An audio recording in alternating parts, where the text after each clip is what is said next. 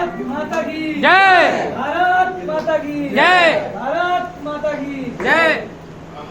सबसे पहले अभी मैं एक जगह था, वहाँ पे बता के आया हूँ कि मैं बहुत अच्छा वक्ता नहीं हूँ।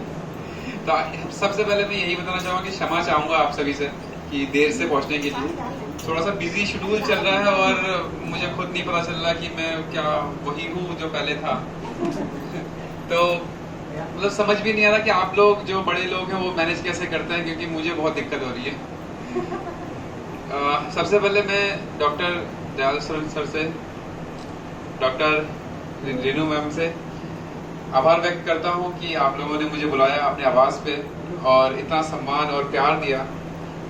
मुझे बहुत थकान थी और आप बिलीव नहीं करेंगे कि मुझे वो थकान सारी मिट गई। और यहाँ पे जैसे ही मैं आया मुझे ऐसा लगा मैं परिवार के बीच में आया हूँ। ये मेरे लिए सौभाग्य की बात है कि मैं आप लोगों के साथ बैठा और चाय की चुस्की ले रहा हूँ। जैसे कि आज मैं प्रॉब्लम्स की बात ही नहीं करूंगा, क्योंकि लाइफ में अगर मेरे प्रॉब्लम्स नहीं होती तो शायद मैं आज यहाँ नहीं होता। तो मैं उनको अपने लाइफ का स्पोर्ट्स लैंग्वेज में कहे तो हडल्स था और उन हडल्स को पार कर रहा हूँ। जैसे कि सर ने कहा कि उत्तराखंड के लिए मेडल आ गया, लेकिन सर मेरा एक सपना था और वो सपना रास्ते में है। वो सपना यही था कि ओलंपिक खेलूं, पैरालंपिक में मेडल लाऊं देश के लिए, और वो मेडल सिर्फ गोल्ड रहा। तो वो सपना जो था, कहते हैं कि ड्रीम्स कम्स ट्रू, वो मीनिंग आधी रह गई, क्योंकि मैंने वो सपना देखने के लिए खुली आंखों से भी देखी और बंद आंखों से भी देखी। तो बंद आंखों से वाली कंप्लीट हो गई है, अब खुले आंखों वाली देखनी है। और खुले आंखों देखने के लिए मैं, जो मेरी इस बार कमियां रह गई है, मुझे पता है कि वो कमियां क्या है, और नेक्स्ट टाइम मैं वेट कर रहा हूँ। मतलब मुझसे अब रहा नहीं जा रहा, मैं आपको फ्रैंकली बताऊं, मुझसे रहा नहीं जा रहा कि 2024 कब आएगा। और सिर्फ इतना ही कहूंगा कि खास करके सभी के लिए कि मैं एक ही काम करता हूं जो मेरी मम्मी ने मुझे सिखाया, कि उन्होंने कहा कि एक अच्छा इंसान बनने की कोशिश करिए, और वही कोशिश कर रहा हूं। सर मैं ना ही कोई अर्जुन अवार्डी हूँ, ना ओलंपिक प्लेयर हूँ, पहले मनोज सरकार हूँ, तो वही बनने की कोशिश करता हूँ। जय हिंद, जय भारत। अच्छा मनोज जी, मैं आपसे एक चीज जानना चाहूंगा। वैसे तो आपने बहुत संक्षिप्त में एक बात कह दी कि मैं मनोज सरकार बनना चाहूंगा। बिल्कुल सही बात है, क्योंकि बहुत सारे लोग आपसे प्रेरणा लेंगे।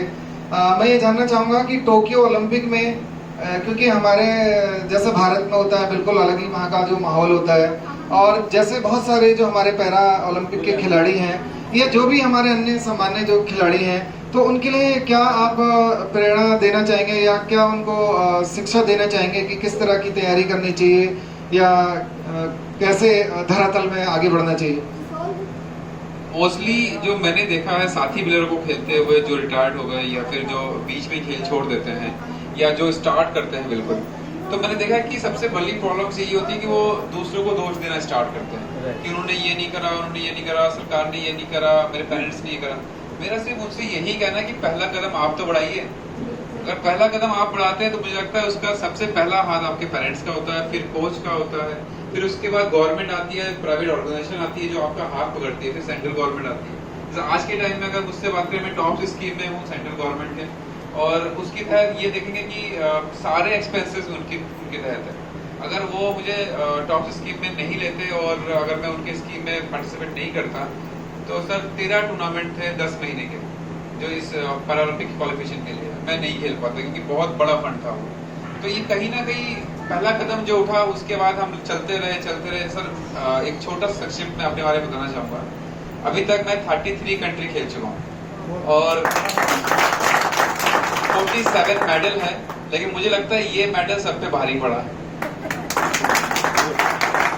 ऑलरेडी वर्ल्ड चैंपियन रह चुका हूँ, वर्ल्ड नंबर 1 रह चुका हूँ। अब मेरी जो नेक्स्ट टारगेट है वो एक ही है कि ओलंपिक जो पैरालंपिक्स होने वाले 2024 में, उसमें गोल्ड लाऊं।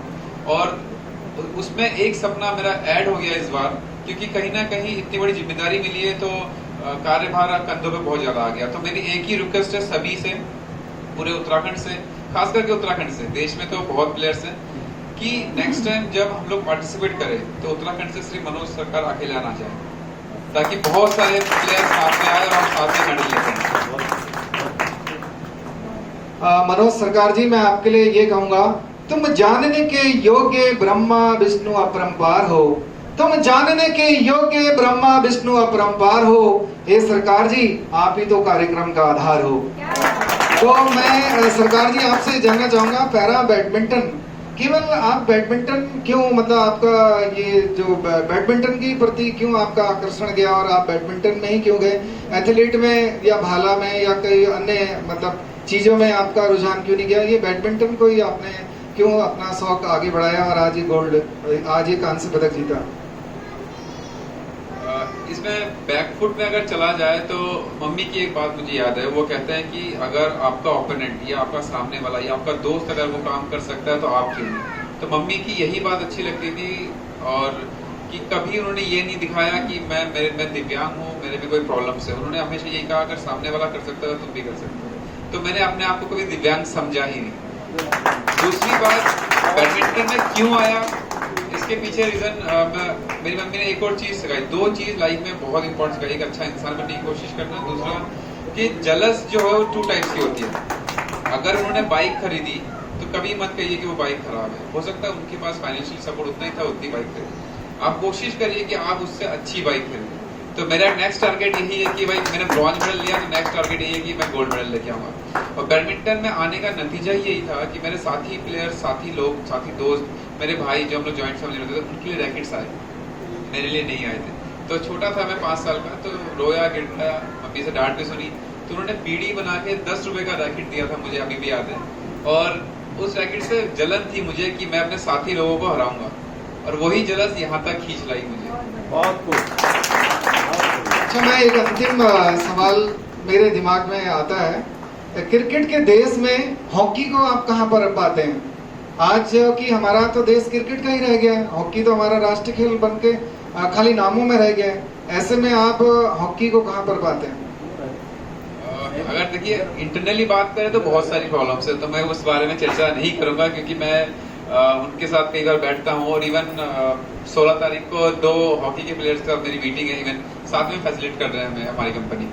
तो इसमें जो सबसे बड़ा कदम इस बार आपने देखा है कि मोदी जी ने बहुत बड़ा कदम उठाया। एक तरफ क्रिकेट चालू था, एक तरफ ओलंपिक और पैरालंपिक चालू था। आपने नोटिस किया होगा क्रिकेट की तरफ किसी का ध्यान नहीं गया। तो सबसे बड़ा कदम हमारे देश के प्रधान व्यक्ति का था, जिन्होंने हमें इक्वलिटी का मतलब समझाया। पहले ओलंपिक्स आए तो उनका सम्मान करा, पैरालंपिक्स आए उनका सम्मान करा, और सबसे मेन बात उन्होंने मीडिया से रिक्वेस्ट करी, मीडिया में बहुत ज्यादा प्रचार करा कि ये भी हमारे देश के खिलाड़ी है और ये भी इंडियंस ही है।